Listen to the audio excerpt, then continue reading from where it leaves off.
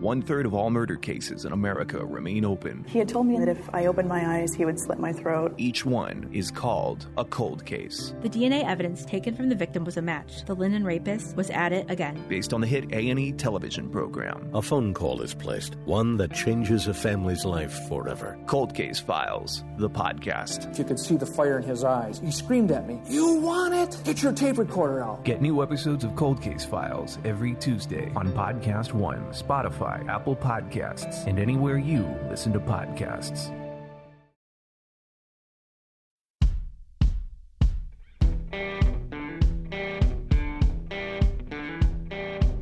I'm Brett. And I'm Alice. And we are the Prosecutors.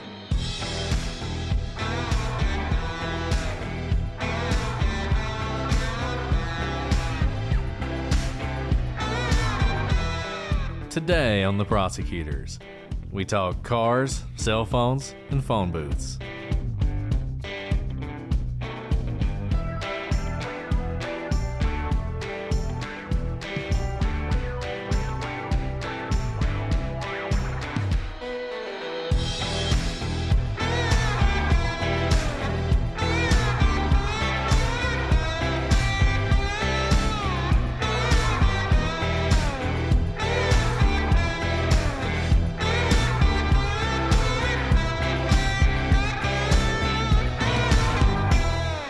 Hello, everybody, and welcome to this episode of The Prosecutors. I'm Brett, and I'm joined, as always, by my brave co-host, Alice.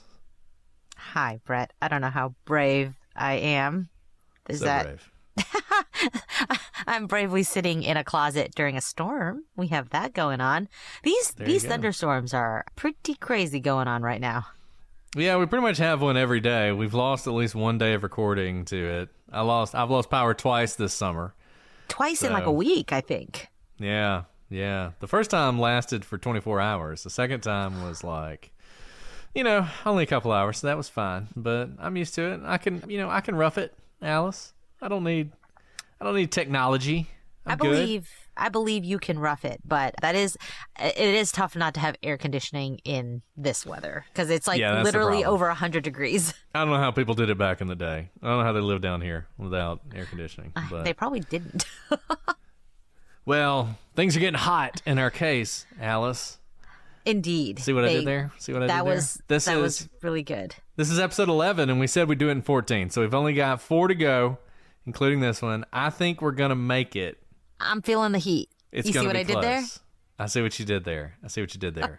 But it's okay. It's okay. We got a lot to talk about, a lot of really interesting things.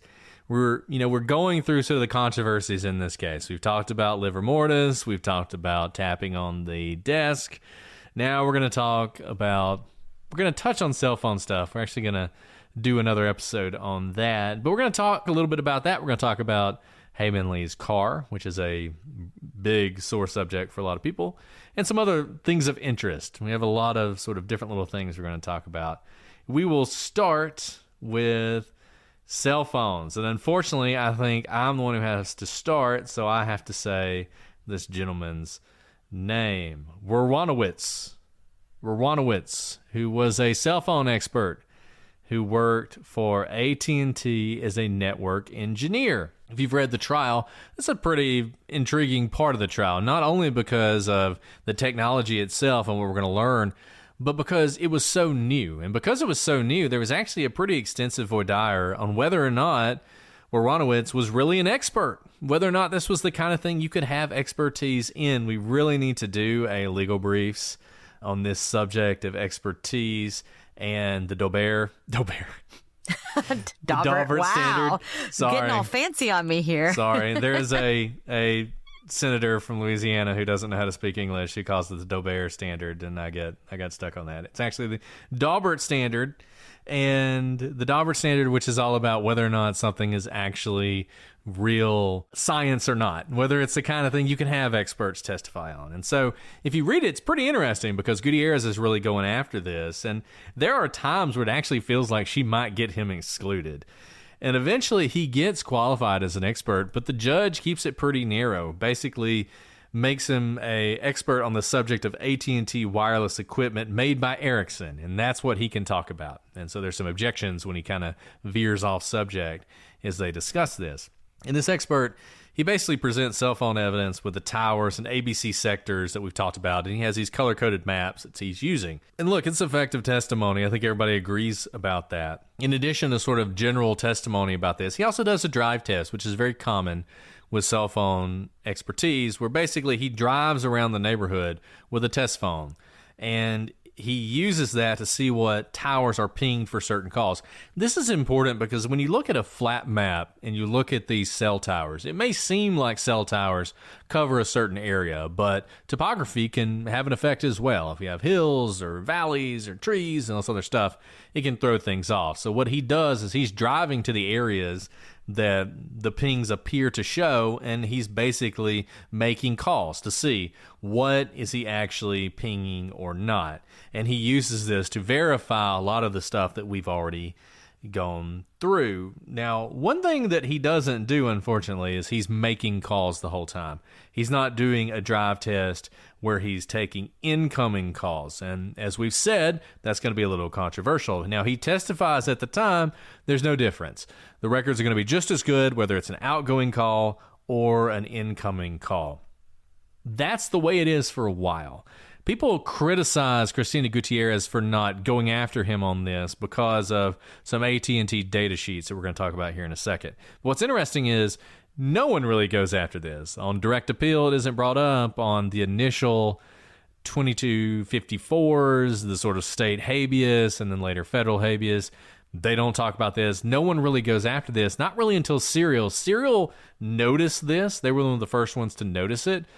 Undisclosed really went into it hard, and it ended up being the basis for some challenges that Adnan would later bring on appeals, though basically the court said, you didn't bring it soon enough, you kind of waived it, this was all available at the time, and so it really kind of died off. But that hasn't kept people from questioning whether or not these incoming calls, specifically the incoming calls, are useful for data location. And they do this, the reason for these questions is because the AT&T data sheets that they have say that incoming calls could not be used for location monitoring. Now, we're going to talk more about this later, but Ronowitz will say that if he had seen that, he didn't even notice that, and maybe he wasn't even shown it, depending on who you ask. But either way, he would say if he had seen that, it could have changed his testimony. Now, the word here is could. Specifically, he said that what he would have done if he had seen that is he would have consulted with other engineers, specifically AT&T engineers, to figure out what exactly that means and why it would be the case that incoming calls were less useful for location monitoring. And this is kind of a moment in time that's passed us by because it's hard to say now, sitting here today, why exactly the incoming calls would be less useful for location data than the outgoing calls. And if you read the defense expert in the habeas hearing, even he has some trouble sort of nailing this down. His name's Jerry Grant. And even he doesn't really, at least in my opinion, do a very good job of explaining why these incoming calls would not be reliable. And in fact, he would testify he'd never seen that warning before. And in fact, he had never seen location data challenged on that basis before. We're going to get into this more later. We're going to dedicate a lot of time to talking about calls, probably in the next episode. But it's important to note that as to the outgoing calls, it seems like everyone agrees that they are fairly accurate. They were accurate at the time. They did the drive testing with the incoming calls. So to the extent you have these incoming calls, they're going to be accurate for location, with the caveat that it's always possible another tower could be used if the technology requires it due to a large number of calls pinging one tower. We saw that with some incoming calls where there were two incoming calls that came in. One pinged one tower, one pinged the other tower. They both pinged in the same sector, essentially, so it would be covering the same area, but you can kind of see how the phone used a different tower in that case, probably because of too many people were using the one tower, and so it automatically routed it to another tower. And you can see that, and that is something that might affect location, though as in that circumstance, a lot of times you're just going to see different tower, but a sector that covers the same area. Well, so that's a really great point because this was such new technology. And if Gutierrez were successful in excluding the cell phone expert as an expert, there would be a lot of information that the prosecution couldn't have relied on. And obviously the cell phone records are so helpful for kind of setting their story and also the location of where Adnan is, Adnan's cell phone, where Jay is, etc. And so this is a very important voir dire that the court does. And ultimately, now many years later, we use cell phone records all the time. We still to this day sometimes have things within the records that can't be explained, but it doesn't mean you toss out all of the cell phone data location information. And I can't even really make sense of why incoming and outgoing calls would have different accuracy amounts, even looking at it. I know it's not answered in the records. It's not answered by the defense or the prosecution's experts. And I can't really even make sense of it because it's the same towers, it's the same phones, same wavelengths going out there. Yeah, I mean, one reason cell phone towers are a good thing to attack is no one understands them. They're like magic. Cell phones are magic. It really is. And there are so few people, even within like federal agencies, who are experts in it, right? Like you might think because cell phones are used so often and are so ubiquitous in terms of like data that we subpoena from cell phone companies or from phone companies, that there would just be experts coming out of your nose. There's so many experts. Reality? There's like a handful of experts in the nation on cell phone data. And we actually run into this when we have to like trace where certain wires and where certain calls go. And someone will sit there and like explain it to me. And they're the only person in the nation who can explain it to me. And I nod and I'm like, I followed none of that. So a very, very important thing to discuss is who all did Jay tell? Because Jay told a lot of people that Adnan killed Hay and he helped bury the body. And he apparently told these people before he was even interrogated by the police. Before he was brought in by the police, he supposedly told at least Jen Pusateri, Taib Hussein, and his friend Chris. But other than Jen, none of these people testified. So when did Jen talk to Jay in relation to when she talked to the police? Because this is important, right? It's closer in time to when it happened. It matters if you're thinking that Jen and Jay are trying to get their stories straight or that they're being coached by the police. All of this matters with respect to any of those theories. So did Jen talk to Jay right after the police arrived the first time? Or did she talk to him much later? During Serial, it's reported that after the police first came to Jen, she went to Jay, who told her to tell them whatever she needed to tell them to keep Jen out of it. Jen, of course, did the opposite and told them everything. But it's also been reported that Jen was angry at Jay for being pulled into this whole thing and didn't speak to Jay again until sometime in April. But none of this really matters. Some have argued that if Jay talked to Jen immediately before she talked to the police, that undermines her story because she could just be repeating what Jay told her to say. Even if true, though, it would still be the case that Jennifer learned the story from Jay before Jay talked to the police and before he'd been indoctrinated with whatever story they were trying to push. Either way, Jen would have learned what happened from Jay, whether it was the night of the murders or the day before she spoke to the police for the first time. And I think that's really important, that basically everything she knows, and we said this when we talked about Jen's interview, comes from Jay. It's all hearsay from Jay. Look, Jen is just a huge hurdle to get past. Jen, it is really hard to get around that. And you see things like, I saw one person said that a Baltimore police detective was Jen's next door neighbor. What does that mean? Did he go over to her house and tell her this story so that she could then take it to the police? Like the stories you have to concoct for Jen not to be a problem are pretty extreme. The fact of the matter is, you watch the HBO documentary, and this is one of the things that frustrates me about documentaries. They go to Jen and they interview her, and she's like, well, I don't know anymore. I don't know if I can believe Jay and all this other stuff. And that's fine. I mean, maybe Jen doesn't believe Jay anymore. But that's not the interesting question.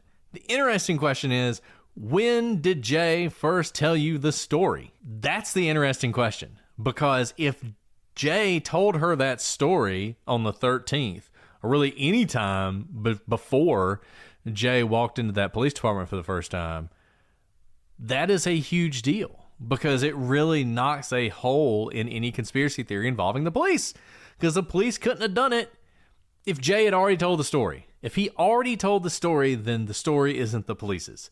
And getting past Jen is one of those things that's just really hard. And I feel like that's one reason people focus so much on Jay, because Jen is tough. And the fact that the first time she went to the police, she had a lawyer with her and her mother with her.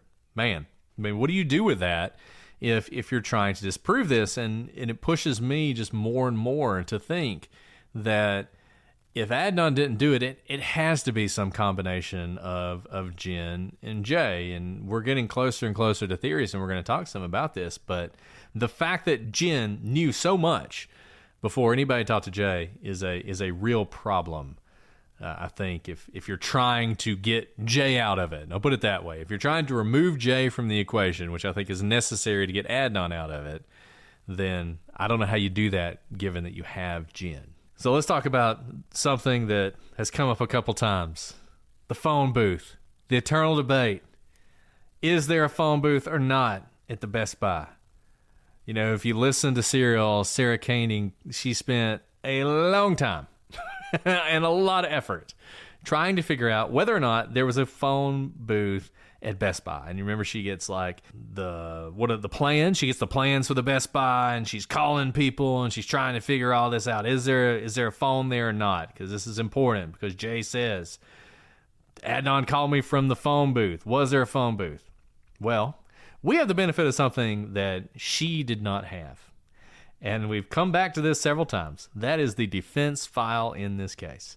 And because we have the defense file in this case, we have Adnan's statement. And because we have Adnan's statement, we know that there was a phone booth at the Best Buy because Adnan told us there was a phone booth at the Best Buy. And as we all know, whatever Adnan says is true. In one of his interviews with his defense team, Adnan is laying out the problems with Jay's story. And he notes that if Jay is saying he killed Hay on the side of the Best Buy parking lot where they would have sex, that wouldn't make sense. And then he says one of the things that has to be one of the most absurd things I've ever read in any true crime case, file, anything. He says, or this is how the defense attorney writes it down: Adnan would not then walk all the way to the phone booth. In parentheses, it is a long walk, and Adnan does not like walking. The guy who's on the track team, guys. The guy who's on the track team. I'm sorry. I just had to point that out. Doesn't like Come walking. on. I mean, it's like, couldn't have killed her. Don't like walking. Because he doesn't like walking to the phone slam booth. dunk. I'm surprised they didn't put him on the stand to testify to the fact. It's I the don't notes like in parentheses that kill me. It's great. It's great. And yeah, I don't know what to make of that. But one thing I think we know for sure is there was a phone booth there, because Adnan would have just said, rather than saying, I don't like to walk and it's a long way to walk, he would have just said, they're in a phone booth. So he's saying, I called him from the phone booth. Well, that's impossible because it's not a phone booth. This is the thing we've been looking for, right? With this phone booth is contemporaneous evidence, and we never had it. We have it now because Adnan has definitively told us there was a phone booth and it was a long way away from where we used to have sex. So therefore, I wouldn't have walked to that. Jay must be lying. And I'm really sorry, guys. I'm not making fun of the lawyer's notes because they didn't know all of this would be released. Right? Like, I take notes all the time and I'm like writing shorthand. So I'm only saying that because, you know, I don't like making fun of other people. But man, that is pretty absurd. And you write down everything your client is saying. And I'm sure he said that. He's saying, like, they probably asked him, well, why wouldn't you have used the phone booth? I don't like walking. You put that in your notes so you know why. Because you can imagine how this would have gone down, right? I mean, the defense attorneys, they've got Jay's statement, and they are in a position where they recognize Jay's a problem. We need to defeat this. How can we defeat it? And so they're giving it to their client. And like Alice said, they're taking notes that they don't ever think are going to be released. And their client is going to help them defeat the statement. And they're looking for inconsistencies.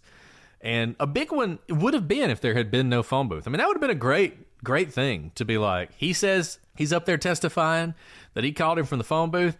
He didn't do that because there wasn't a phone booth there. right? I mean, that would be great if Adnan had said that. That's not what he says. And so this is how this is going. They're going through that statement and they're looking for inconsistencies, any kind of inconsistencies.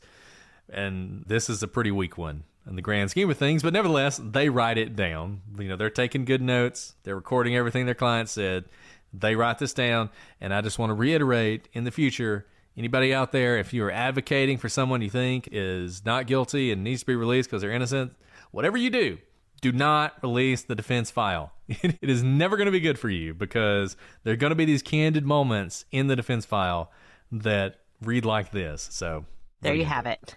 There you have it. So there you go. We have now established for all time definitively there is a phone booth. I remember that episode of this phone booth. It's like seared into my brain of how much effort, and all we had to do was look at Adnan's own words. Adnan's own words. He's like, heck yeah, there was a phone booth. Did not walk to it. Don't want to walk to that. Hate walking. I hate walking. Now, please take me to track practice. Right, they would track practice. Fine with running. This is the walking. Cannot miss track practice, but definitely not going to walk. Definitely not going to walk. Okay, so that brings us to the car. And this is really important, so we're going to spend a little time on it. So as we said, when we went through the timeline, and which included a lot of discussion of the investigation, we know that at least overtly, the police were looking for Hayes' car. It was a 1998 gray Nissan Sentra, and the police believed it would contain evidence of her murder.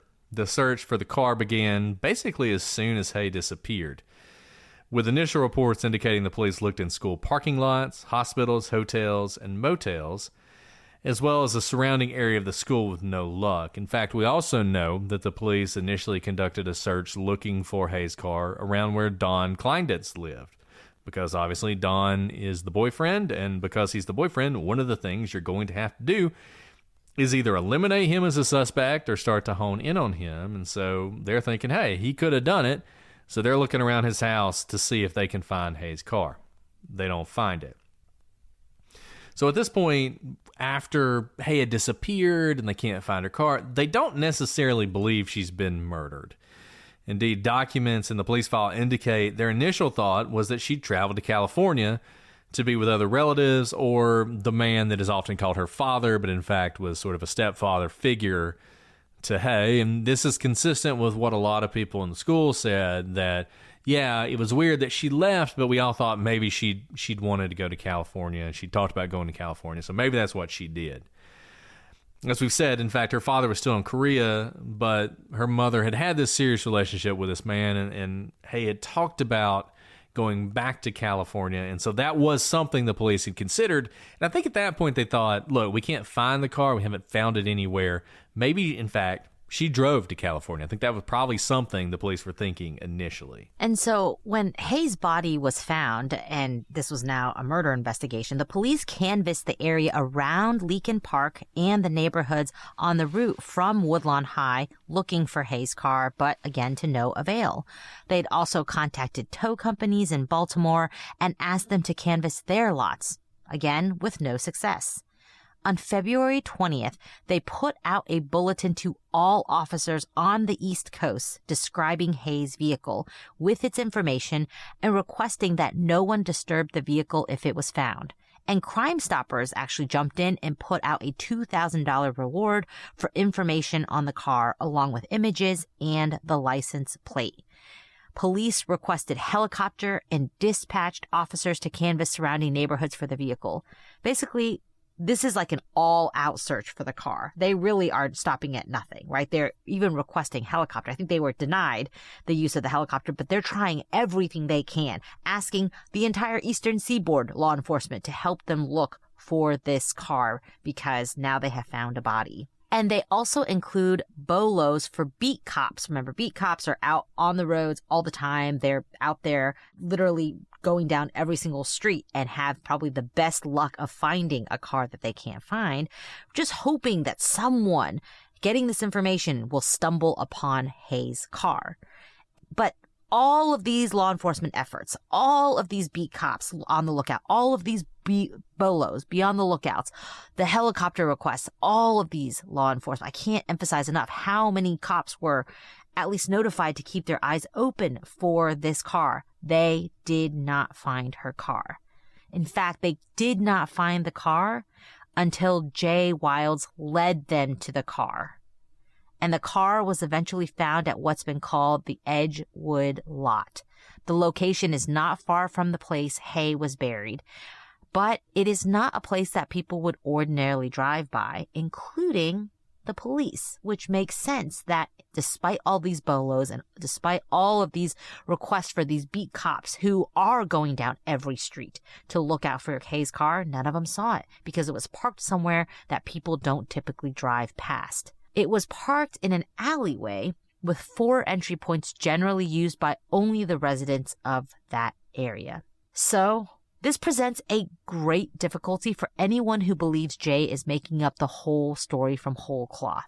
All of these officers searched for weeks on end for this car and could not find it. If Jay knew where the car was, then he must be telling at least some of the truth, right? There are some who believe that the police found Hay's car at some point after her disappearance but did nothing, preferring instead to hold on to this information to use later to bolster a witness's testimony regarding who committed the murder. If the witness knew where the car was, the theory or conspiracy is that their testimony would be more believable. And if you ask somebody, one of the tap people, how Jay knew where the car was, they will tell you the police told him. In fact, I've had exactly that conversation with somebody.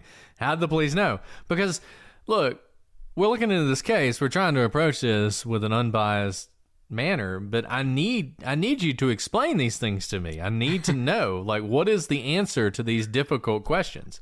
Because if you have a good one, I want to know. And the police told him is sort of the standard action. And that's a great point. Not only was this a ton of police resources, it's a ton of eyes out there that could potentially ruin your conspiracy. We've said this before in a previous episode, but these bolos are not just going out to their police department. It's going out to basically the entire East Coast. And you'd have to believe, again, that every single police department on the East Coast is in on this. Guys, if you find the car, don't say anything. The beat cop who's the lowest on the totem pole, who is not in the top sheriff or whoever, the captain's meetings, the guy who is fresh out of police academy, 21, 22 years old, carrying a gun for the first time and doing traffic stops. He sees the car and he somehow knows that he's in on this big conspiracy. Don't say anything about this car because we have to keep it as holdback evidence to bolster a fake testimony in order to frame someone else for murder. I mean, that is not an exaggeration of what you'd have to believe here. You have to explain how that's not the case because none of these bolos were fake. Right? They didn't write a bolo and then never send it out. They didn't request helicopter and never actually send the request. And none of this was pretend. All of these requests were real things that happened and they take real resources. And we've seen these bolos go out. They really do reach all of the law enforcement and everyone is on the lookout for, whatever the bolo is. And that is just a massive amount of people to involve if you're trying to do something that is secretive. Yeah, if the police had never done this, if they hadn't put out any bolos, if they hadn't requested helicopters, if they hadn't asked the entire eastern seaboard to look for this car, if they hadn't sent out officers to look for it, then I think you start thinking, that's weird. It's weird that they didn't look for this. This is so important. But they did do that. And as Alice said, that's a problem because somebody might find it. And that would be an issue if they do. There's a couple ways people go with this. I mean, one of them is that, maybe Jay just sort of was walking along and happened to see the car and then knew where it was. I mean, come on. That didn't happen. Number one, he barely knew Hay. He sat next to her in biology. There's no reason to think he would recognize her car if he saw it. And number two, the car is in a secluded area. It's basically, if you can imagine a bunch of apartment buildings surrounding a lot, it's in that lot. So if you're walking down the street, you wouldn't see it. As Alice said, one of the reasons no beat cop ran upon it. So that kind of falls away, and that leads people to say, maybe the car was kept somewhere else. And then it was moved to the place it was found, and presumably this was done to match the pings. But there's a big problem with this. That movement would have had to have happened before Jay Wilds told his story the first time. the police would have had to have known where the car was, that it matched the ping that covered this area the night of the murder. The one you may recall, there was a ping that covered this area, and then there was a ping just to the west of it. These are both calls to Jennifer Pusateri. The second one as they are heading towards the mall where Jennifer is going to pick up Jay.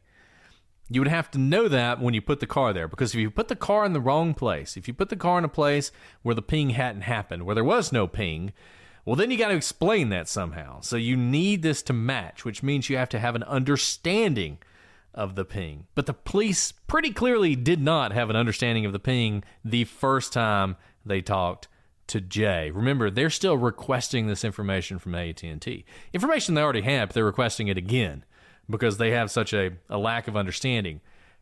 This is also new evidence. It's new information. They've never really used cell phones before. It's going to take some time to digest this. But you have to believe they had a sophisticated enough understanding of this ping evidence the first time they talked to Jay that they could plop the car down near where the right tower would be. Not just the right tower, but in the right sector for Jay to then take them to the right place to find it. But, oh, by the way, even though they did that with the car the first time, they waited till the next time to tap on the table to make sure that his story was correct using the cell phone evidence that they now had.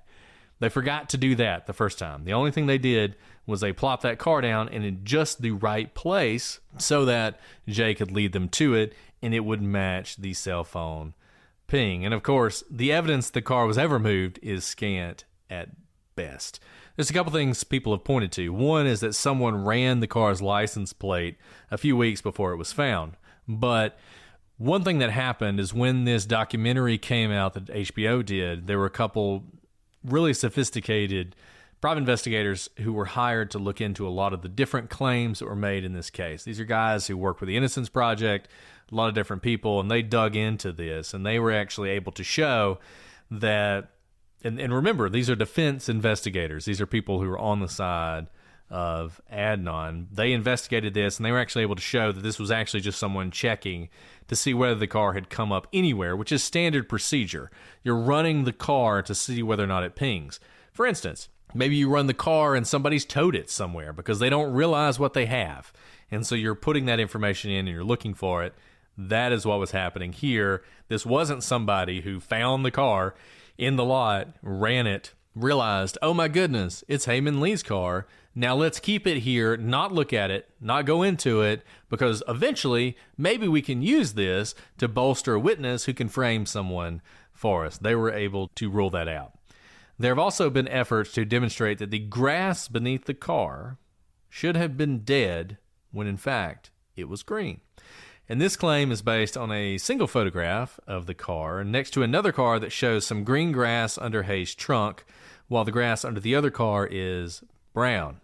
Problem is, it's not clear how long the other car had been there, what kind of grass we're talking about, whether the angle of sunlight could account for the green grass, and whether the rest of the grass was green. But despite the fact that, to me, and I hate to show my bias here, I think this is really ridiculous that we're even looking at this.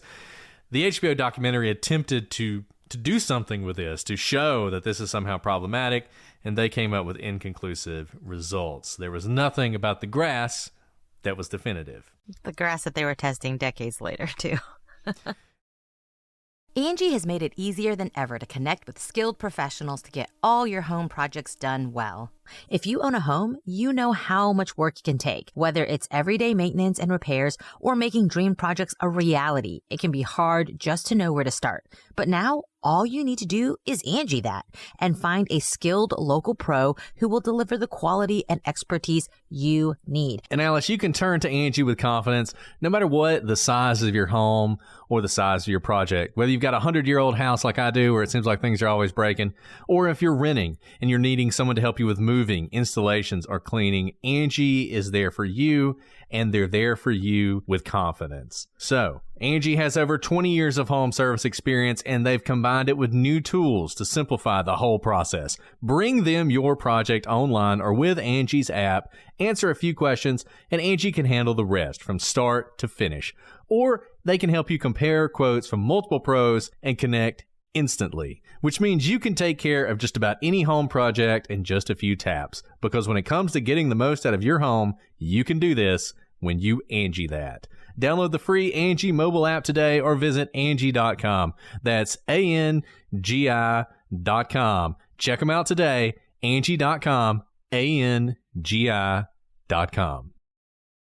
The Prosecutors podcast is brought to you by Progressive Insurance. Most of you listening right now are probably multitasking. Yep, while you're listening to us talk, you're probably also driving, cleaning, exercising, or maybe even grocery shopping. But if you're not in some kind of moving vehicle, there's something else you can be doing right now. Getting an auto quote from Progressive Insurance. It's easy, and you could save money by doing it right from your phone. Drivers who save by switching to Progressive save nearly $700 on average, and auto customers qualify for an average of 7 discounts. Discounts for having multiple vehicles on your policy, being a homeowner, and more. So just like your favorite podcast, Progressive will be with you 24/7, 365 days a year, so you're protected no matter what. Multitask right now. Quote your car insurance at Progressive.com to join the over 29 million drivers who trust Progressive. Progressive Casualty Insurance Company and Affiliates. National average 12-month savings of $698 by new customers surveyed who save with Progressive between June 2021 and May 2022. Potential savings will vary. Discounts not available in all states and situations. All right, guys, here is your free beauty and lifestyle hack for this episode. FabFitFun is the best way to save money on beauty and lifestyle products from the brands you love. Discover new brands and treat yourself to something nice without overpaying. My FabFitFun fall box came and it was just like Christmas Day. I got earrings, I got other jewelry, I got clothes, and my personal favorite, bringing the fanny pack back. I got this amazing Obey waist pack that is exclusive to FabFitFun. It is so chic and also so incredibly useful. As a FabFitFun member, you get exclusive access to shop thousands of curated products from top lifestyle products and brands like Fenty, Kate Spade, and many more for up to 70% off. These aren't sample sizes, low quality products, or the discontinued lines or unsold merch you find at discount stores. What's their secret? With over 1 million members, FabFitFun helps brand growth by placing massive orders with big promotions. In exchange, the brands offer up early access, exclusive drops, and steep discounts on the most sought after products. I know my wife is enjoying the earrings she got from FabFitFun, and you will love them as well. So join the shopping membership, loved by over 1 million happy customers, and named #1 by Glamour magazine for 2023. Sign up at fabfitfun.com/prosecute. Customize your box and get access to discounts up to 70% off on brands like Fenty, Free People, and Our Place, to name a few. Not in love with this season's options? Take the credit to shop their exclusive flash sales of up to 70% and save on the biggest name brands out there. If you join FabFitFun as a new seasonal member right now, you'll also get 20% off your membership. So your first box is only $47.99 for up to a $300 value each season. But only while supplies last. FabFitFun boxes sell out. Join FabFitFun today and save at fabfitfun.com/prosecute. fabfitfun.com/prosecute. Guys, have you ever wondered why laundry detergent comes in massive plastic jugs? I know I can't stand that. 91% of those inconvenient, heavy jugs end up in landfills and oceans, harming our planet and marine life. I was terrified to learn the dirty truth about recycling. Fortunately, I found a solution. EarthBreeze. Imagine for a moment something that looks like a dryer sheet, but is not. It is a liquidless laundry detergent that dissolves 100% in any wash cycle, hot or cold. No measuring, no mess, and no heavy lifting. That's right, no plastic jugs. We've started using them in our household, and we absolutely love them. They get your clothes clean, which is the most important thing, and they save on space. That you don't have those heavy jugs, and you're not filling landfills full of plastic. Absolutely, Brett. EarthBreeze has changed the way that I do laundry for my family of 5 and my very dirty kids. We get that powerful clean every time, and this is what really convinced me. With every purchase, EarthBreeze donates 10 loads of detergent to a charity of your choice, and they've had over 50 million loads donated. Join over 2 million Americans making a difference with EarthBreeze.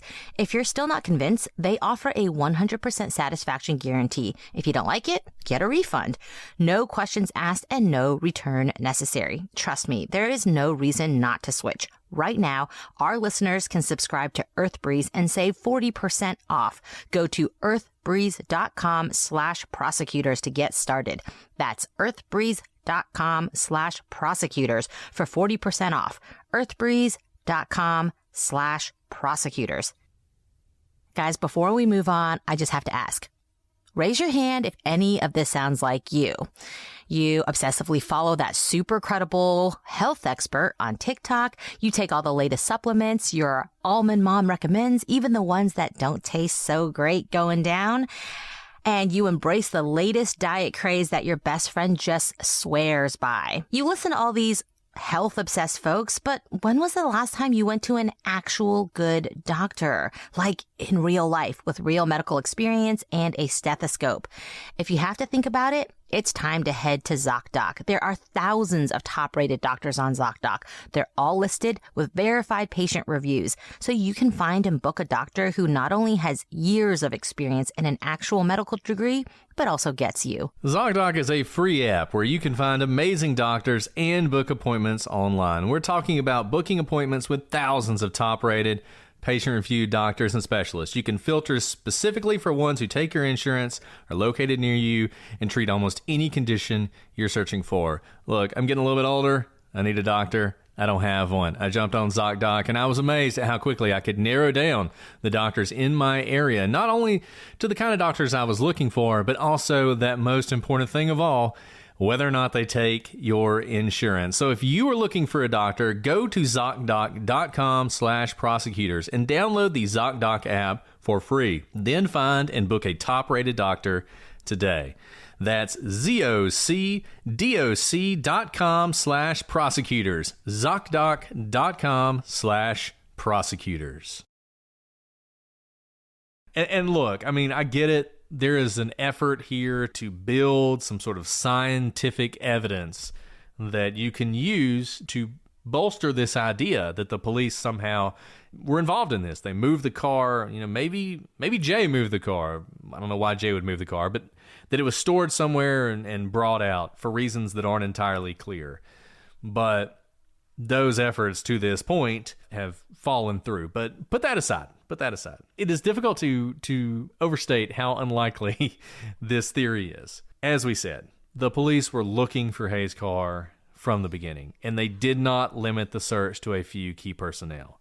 They broadcast it far and wide. Any number of civilians or beat cops could have been the ones to discover the car, and that is a lot of faith to put in those people to keep this secret. Yeah, I won't harp on that anymore. It's just a very difficult conspiracy to make sense of based on all of the steps the police took in order to look for the car. And the fact that Jay can lead them directly to it after his first statement, that's just a huge hurdle you'd have to get over in somehow saying that Jay was just coached by the police there. But let's talk about the car some more, because importantly, the car was a gold mine of possible information. Every day it was in the elements was another day it could be lost or the evidence compromised, which is why the police were trying so hard to find it quickly. The police would have wanted access to this car as soon as possible from an evidentiary standpoint. It's far better than helping bolster a witness's testimony would be DNA or other physical evidence in the car of the killer or the car of where, that Hay was driving before she died. Furthermore, If the car was used to bolster other statements before the car was processed, there was a real danger that the evidence recovered from the examination of the car would actually contradict the witness's statement, thus undermining the entirety of the state's case, because you don't know what you don't know in the car. So along with like the cell phone pings that Brett was talking about earlier, you'd have to leave this car unprocessed, hidden in this alleyway, not knowing what type of DNA or trace evidence is in there that could potentially contradict whatever testimony you're trying to bolster. That is risky. And perhaps more importantly, why? Why would the police want to do that? If the cops found the car, seized it, and took it back to the lab, processed it fully, and just don't tell anyone that they found it. They don't have to. You can still make the person take you to where the car was located, even if the police had already found it. And if you want to frame someone, you can share that evidence ahead of time. You don't have to leave the car with all of its evidence sitting there just to somehow frame someone. Take it out of there. Process it. Don't tell anybody. It's an ongoing investigation. The police do that all the time. They don't talk about ongoing investigations, so nobody has to know that the police found the car. And then just tell the person you want to know where the car is, where it is, and they'll take you to where it is and say, I promise, police, the car was here the last time I saw it. And the police say whatever they want to say when in fact they have the car. They could easily do that instead of taking the very risky and foolish step of keeping the car out there, losing all that potential evidence, and somehow they could execute the same conspiracy. In other words, why would they take the lesser of the two routes? And look,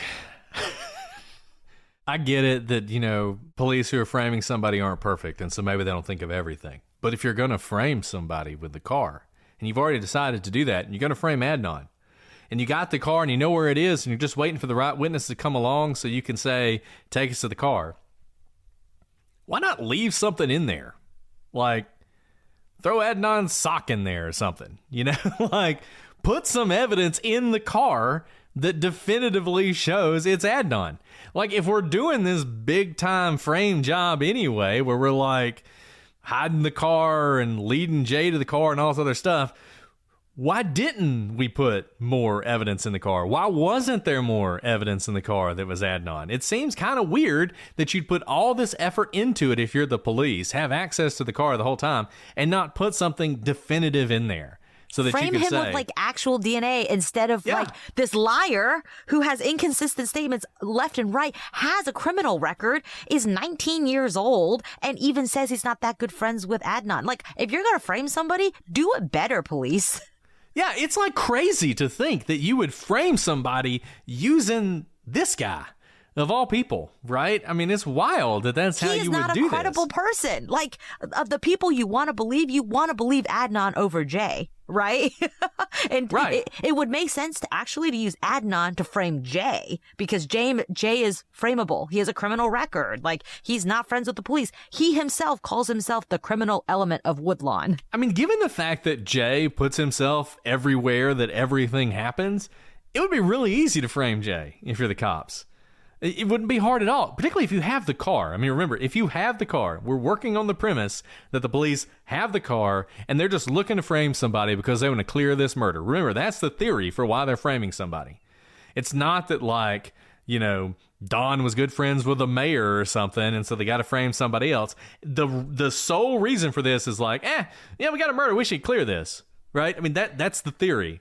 So if you're just looking to frame somebody to clear the case, frame Don, people. Like, just put something of Don's in the car and then find the car and be like, well, we found something of Don's. And then Adnan can say, well, that's crazy because I gave him my cell phone. Well, look at the cell phone pings. They're just everywhere they need to be. And who had this cell phone? Don had it. You could do that. It would be the easiest thing in the world. Like, it's mind-blowing that the police would choose. It's a really bad frame job. It's just a really bad frame job of all the things to frame, because eventually Hayes' car would be found, right? Like it would be found. And just to be leaving it out there, like, it's not like it was at the bottom of the ocean, right? It's not like they had to drain some pond or drain some lake and get her car up. It's literally sitting out there for anyone to see. And yes, it was like a residential area, but eyes were on it at all times. They just didn't know what they were looking at. That's so risky. That's not how you carry out a conspiracy. So many risky elements could go the wrong way for this frame job to go wrong. And I keep saying Don, and I mean Jay. But you could frame Don, too, if you wanted to. I mean, Don's the current boyfriend. Like, if you've got the car, you can frame anybody you want. You can take the evidence you have and use it to frame somebody. And Jay's the most obvious one because he has the cell phone the whole time. Right? So he's easy. It's just easy to frame Jay. The pings follow him. Right? His pings are following him. He's everywhere. He's in Lincoln Park. He's just a less savory character if you're just looking at it on paper, right? Adnan is like on the track team, on the honor roll, or in honor classes or whatever. And like Jay is buying weed or selling weed, you know, like just based on paper, which one are you going to frame? Probably Jay. He seems much more believable to frame than Adnan. Jay would be so easy to frame. And then what do you have? You know, you have Jay and his best friend, Jen. That's all you got. You know, Jen's going to testify for him, and the prosecution just tears her apart. Oh, you're best friends with him. Oh, y'all were probably in a relationship, weren't you? Oh, y'all talked all the time? You know, I mean, they would basically do what Cristina Gutierrez tried to do, tie them together. And then you've got, the drug dealer, the guy with a record. You know, he was probably jealous of Hay, or he wanted Hay, and she rejected him. It was so easy to form. It was a drug deal gone wrong. Deal gone wrong. You know, he was selling weed, and she, you know, didn't want to pay him what she owed him or whatever. I mean, there's so many things that they could have done, and it probably would have been somewhat believable. And just the whole point of this rant that we're on is, if they had the car, what a stupid thing to do. Not because, once again, these are obviously police who don't have scruples, right? It's not like if you believe they have the car, they're hiding the car, and they're using it to frame somebody, they're clearly willing to engage in a pretty thoroughgoing frame job. They could have made it so much more convincing if they. Right. If the that whole was point what of they this wanted to is do. like it is not conceivable that they knew where the car was, and they just let it there, and they led Jay to lead the police there. It just doesn't make any sense, because that just implicates kind of this massive frame job by the police. And then if they were going to do that, it's just a really bad frame job. Not to mention, I mean, I get it. There are police officers who plant evidence. There are police officers who lie. It's not as common as people act like it is, but it does happen. But if it happened in this case, you have to believe that a whole lot of police officers are risking everything to convict Adnan Syed of this case. You have to believe that. And again, yes, this now has become like the case of true crime. Back then, this is an 18-year-old guy who no one's ever heard of. He doesn't have like ties to important people, to the governor, to senators, or whatever. It's honestly, as sad as this is, another murder, right? There's nothing fantastic about it. In fact, there are other cases going on at this very time in the city that are getting more press time. This is interesting at Woodlawn High School because one of their own has been murdered and one of their own is being accused of murdering Hay. But this is not like the case of the century that it has now become. So why would they, of all of the things they could do, they have so many this is Baltimore. They have so many crimes that they have to prosecute and investigate, so many murders that they have to clear. Why this one, an 18-year-old kid who has no criminal history? Why is it him that they are going to focus all of their energies and all of their conspiracy energy on in order to convict him? And there are people who say things like, well, but, you know, she was a really good student and all this other stuff. And I'm sorry, and don't take this the wrong way, but she was also an immigrant. She was Korean. She was South Korean. She was not the kind of person who was going to get huge press coverage that was going to put that much pressure on the police to solve this case that they would go all out with the most massive frame job ever to make it happen. And we've seen this. We see this today. You know, certainly was the case 20 years ago. I can tell you because I grew up at the same time, right? Like, if you're blonde and cute, blue-eyed girl, you'd get a lot of press time. Everyone else, we know this to be the case. It's just kind of bias, right? It happens.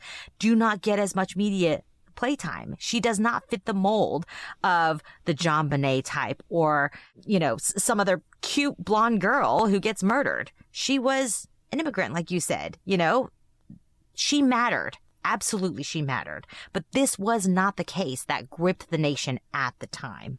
It has now become that. But remember where we were 20 years ago, basically, is that without more, and by more, I mean any evidence whatsoever that the police knew where Hayes' car was located, and there is no evidence. Point me to the evidence that the police knew where the car was.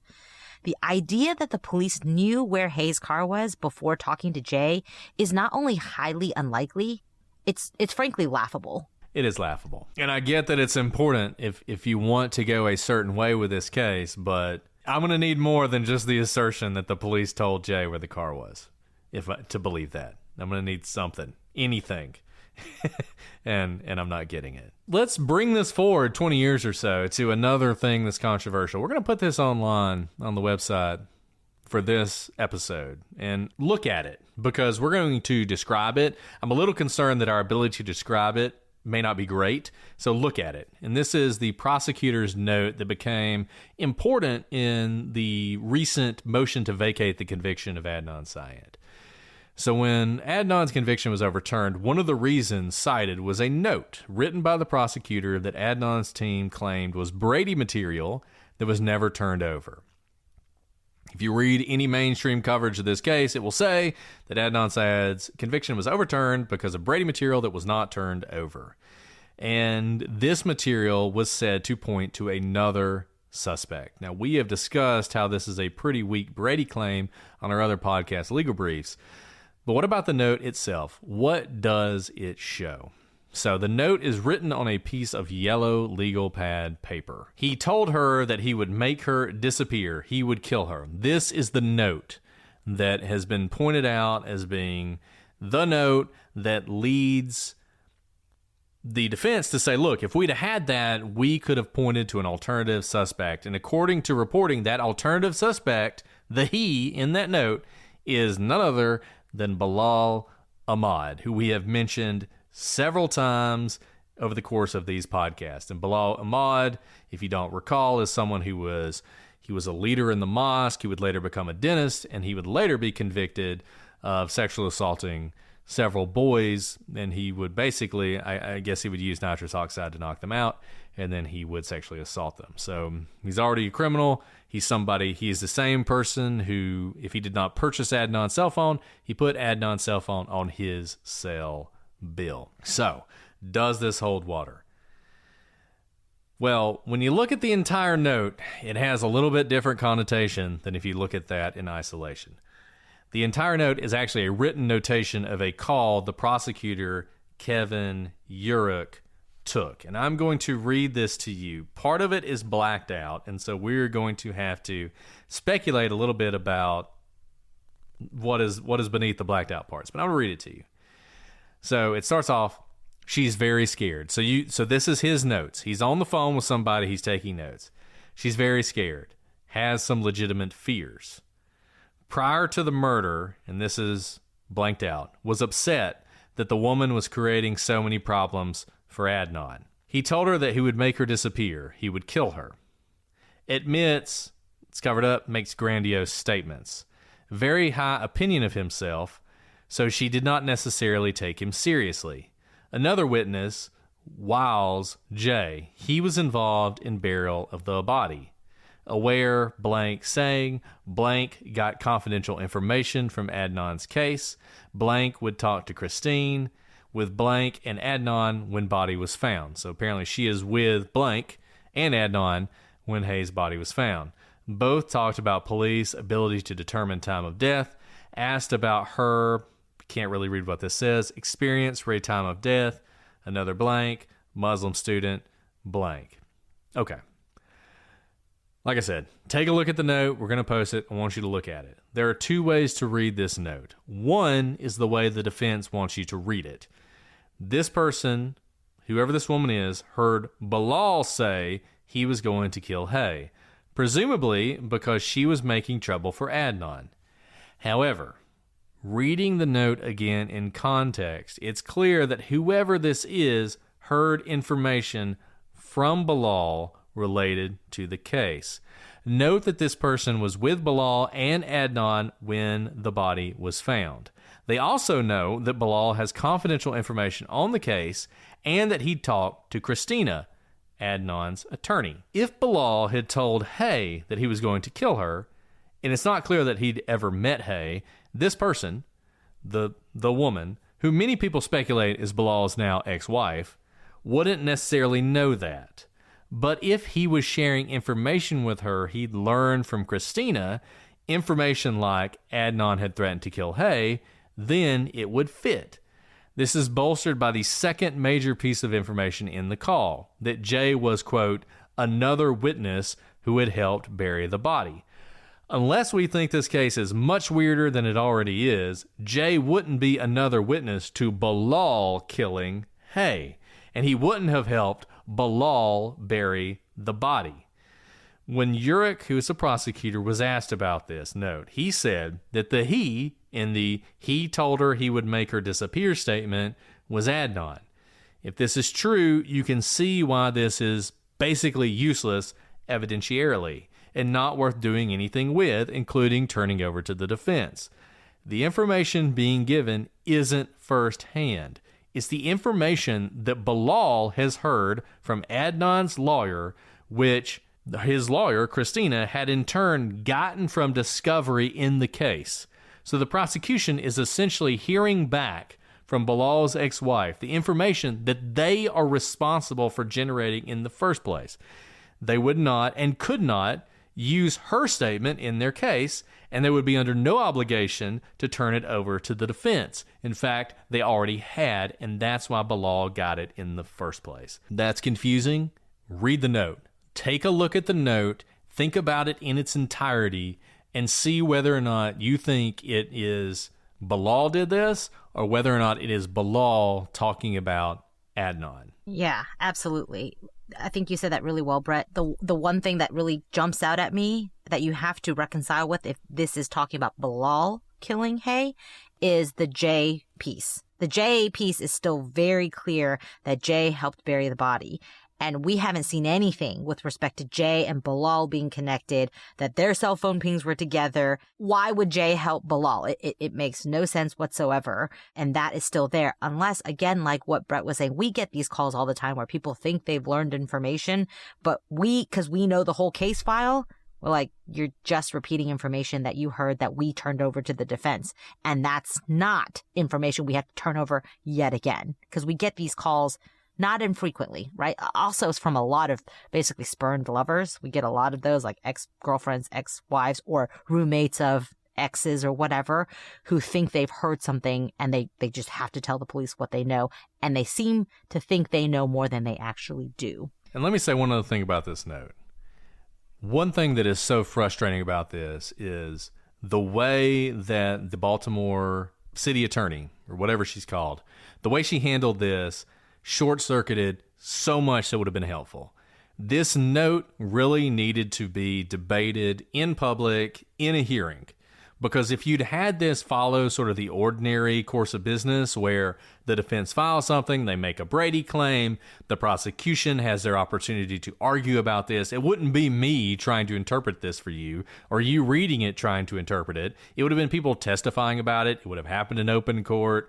There would have been a discussion about it, and probably we would have very quickly come to either this is a real thing and maybe an actual Brady violation, or it's something that doesn't mean anything at all. But because all of that was short-circuited by the haphazard way this was done, and we discussed this at length in our Legal Briefs episodes on this, it eliminated the ability for truth-finding. And so instead, we're arguing about this on a podcast, and it's really frustrating to me that the ordinary processes that would have helped us to understand this more thoroughly and would have had people on the stand under oath talking about it were all short-circuited. And instead, we have this bare bones filing, and we're having to look at this after the judge has already made their decision. So that's a really, really important point. But, we are trying our hardest to finish this in 14 episodes. So here we go. Let's move on to Kristi Vinson, Christy Vinson is interviewed by police on March 9th, and she says that Jay and Adnan came to her house between 5:15 and 6 of the day that Hay went missing. Jay will later testify that it was between 5:30 and 6 p.m. She also remembered that the day they stopped by was Stephanie's birthday.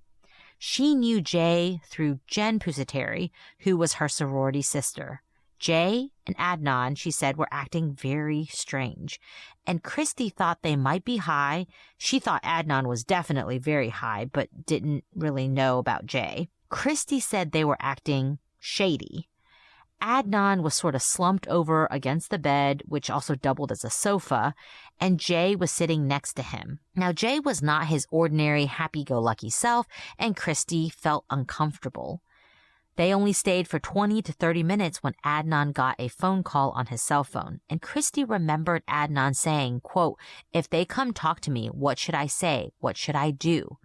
And it's widely speculated that this call was from Aisha. Shortly after the call, Adnan got up and left without saying a word.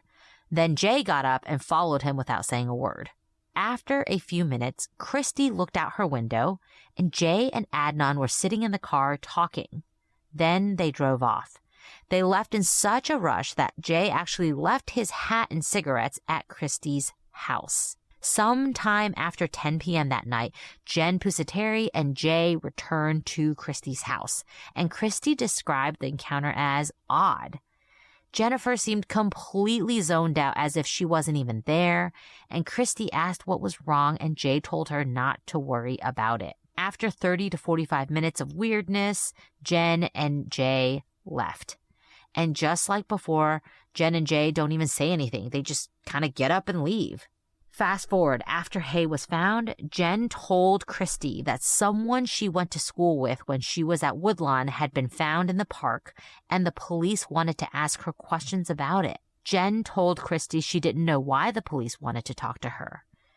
After Jen's initial interview with the police, Christy was present at Jay's job, which Christy describes as a porn shop.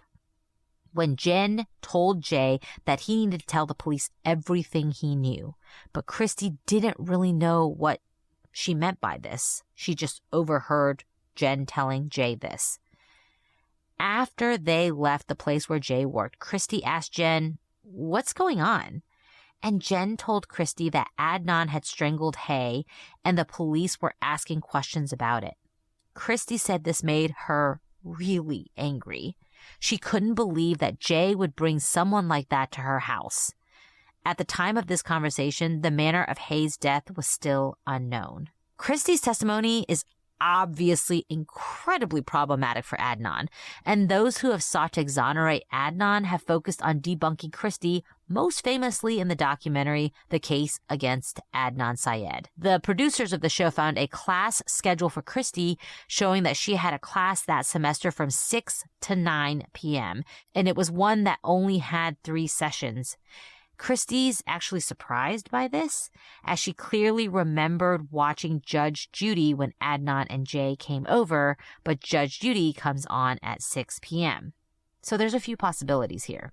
The first is that it was just a different day, and Christy is wrong. The second is that Christy blew off the class, though this does seem unlikely given the compressed time schedule. The third possibility is Christy just went to class later, which is something I know I've done before. When you have like a very, very long class, 3-hour class, what's 30 minutes late, 45 minutes late? You still make it to class, you still get there, catch up on some notes, you'll probably catch up in context clues, but perhaps she just got there late since it was so long. She wanted to eat dinner, for example, since she knew she was going to be there all the way to 9 p.m. But the fourth possibility relates to the weather. Everyone knows from Asia McClain's testimony, a winter storm was bearing down on Baltimore. And it's possible, if not likely, that this class was either moved up to avoid people driving home in the storm late at night, or it was made up later for the very same reason of the storm brewing.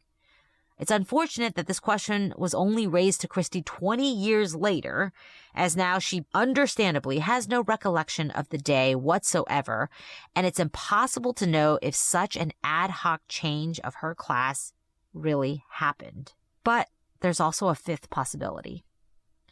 If Jay and Adnan got to Christy's house at 5:15 and stayed 30 minutes, Christy could have still made her class at 6 p.m.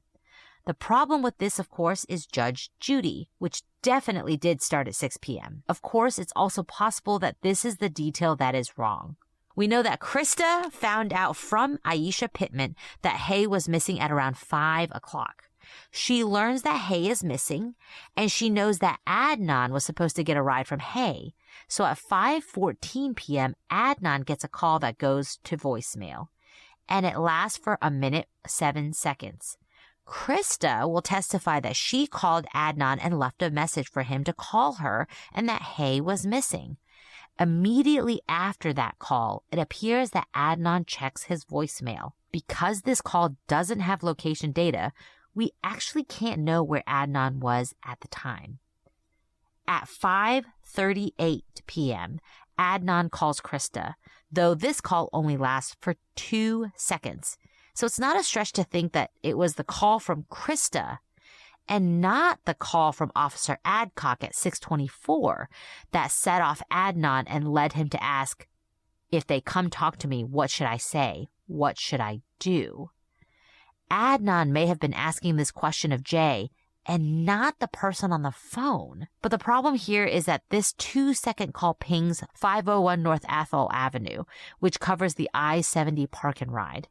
And the next call pings around Christy's house, but not this one. I think the most likely thing here is the weather. That makes a lot of sense. Because you know that nighttime, like on the East Coast, that's when weather gets bad. Black ice happens. You can't see clearly. 9 p.m. to get out to drive is pretty dangerous. Yeah, it's one of those things where you have Christy, who remembers them coming over, tells the police that. She remembers this very clearly. She remembers Stephanie's birthday. Right. Yeah. It's Stephanie's something that sticks in your mind. And it was one of their like sorority sisters' birthdays. There's like 2 people who have birthdays that day. And she remembers those things, and she remembers those things at the time and tells the police that. And there's those cell phone pings, both of which cover her house at exactly the time when she would have been there. And she remembers watching Judge Judy while they're there, which is the 6 o'clock hour when Officer Adcock would have called. So you've sort of got these 2 pieces of information where you have all this evidence that that's what happened, and then you have this one thing, this one incongruous thing that 20 years later somebody comes up with, which is this class schedule. And when you're thinking this through, what is more likely? That she completely got that wrong, that the cell phone pings are all wrong, that everybody's wrong about this, or that there's some kink in the class schedule that led to her not being there? I'll leave that for you guys to decide.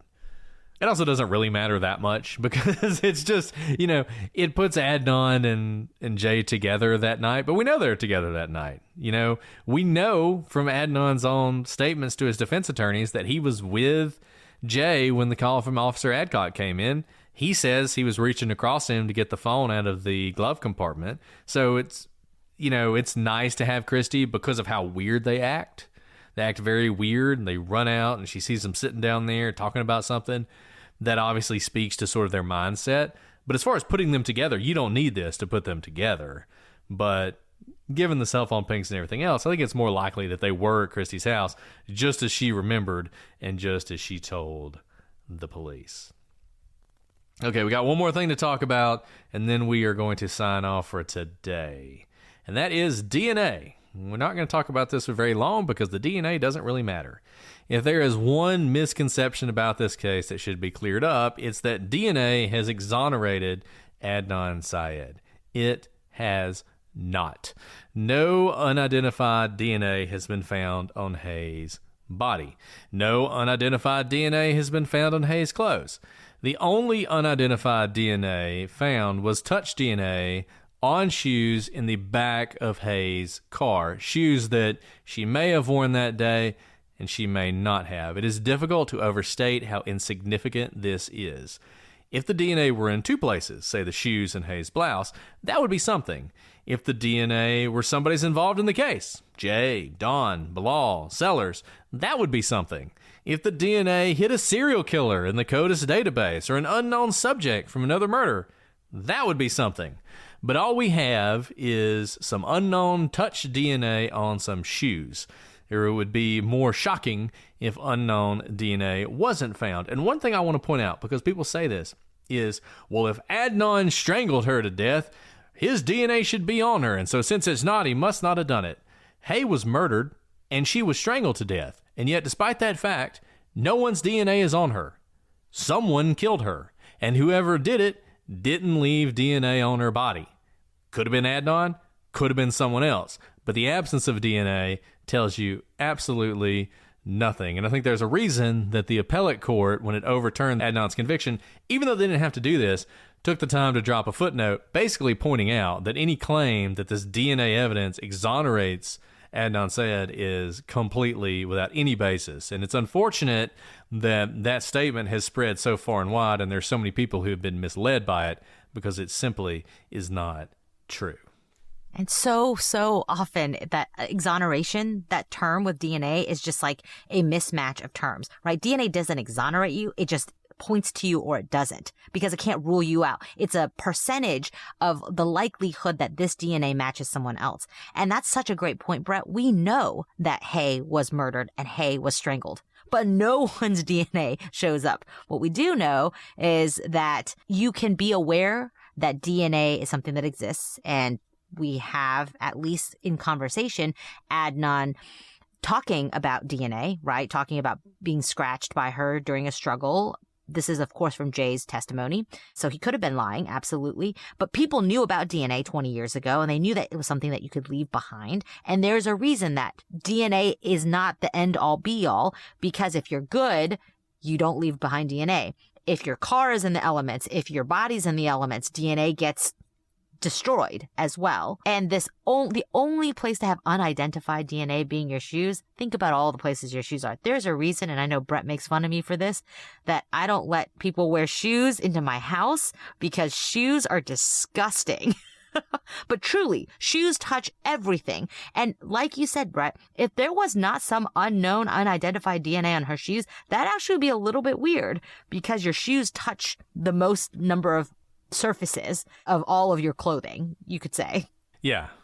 I mean, that would have raised red flags to me about the testing that was done. And people have asked why this stuff it took so long to test.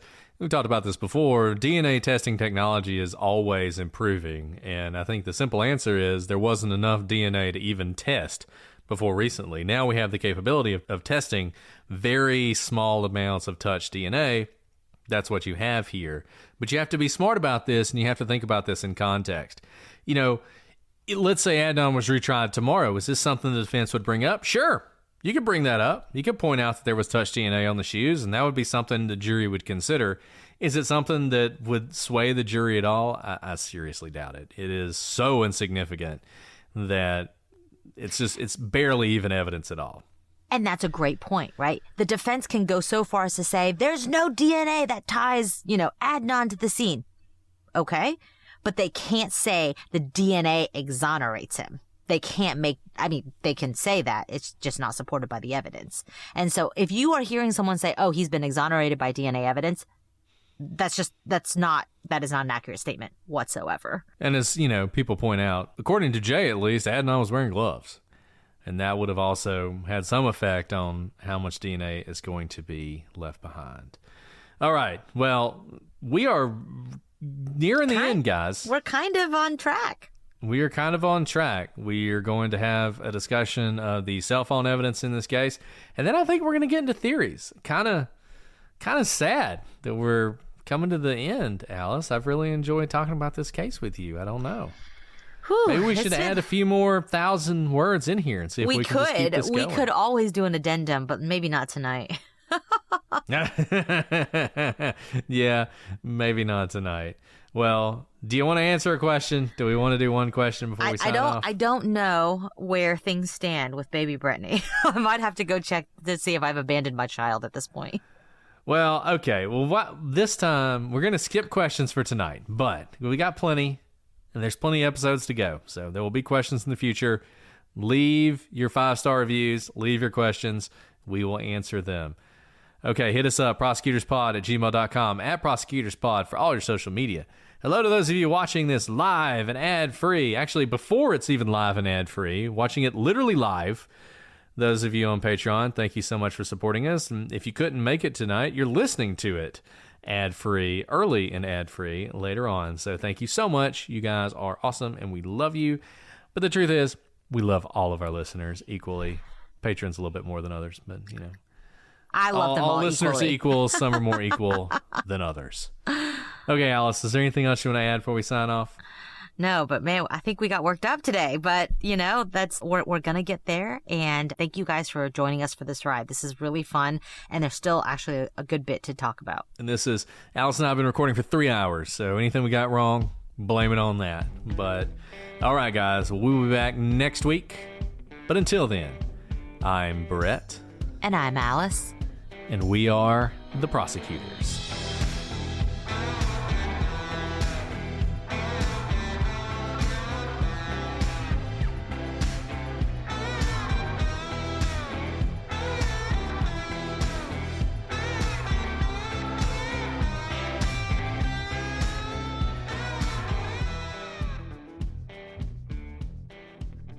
I assume your input is still focused, right? I'm looking at it right now. Yeah, it is.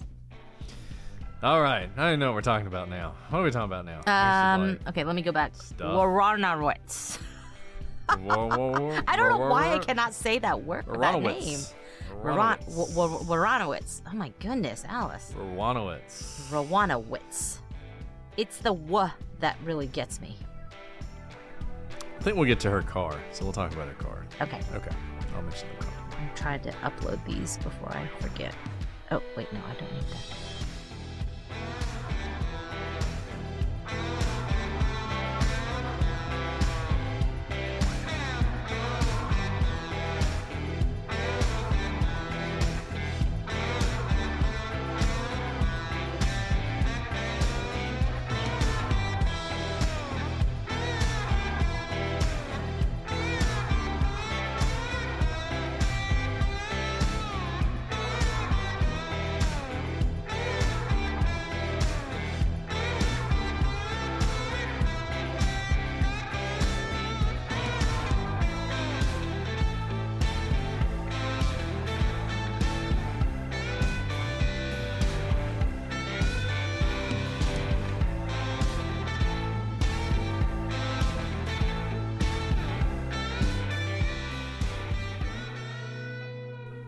I don't have much else to say about that. Well, I'm glad I was just so brilliant. That's so brilliant. Well, no, I mean, I think this is very important here. I'm still just stuck on you saying Dobear. Dobear! The Dobear standard! No gumbo! That was so bad. Oh my, I'm so sorry. I couldn't hear anything after Dobear because I was like, wow, who is this idiot?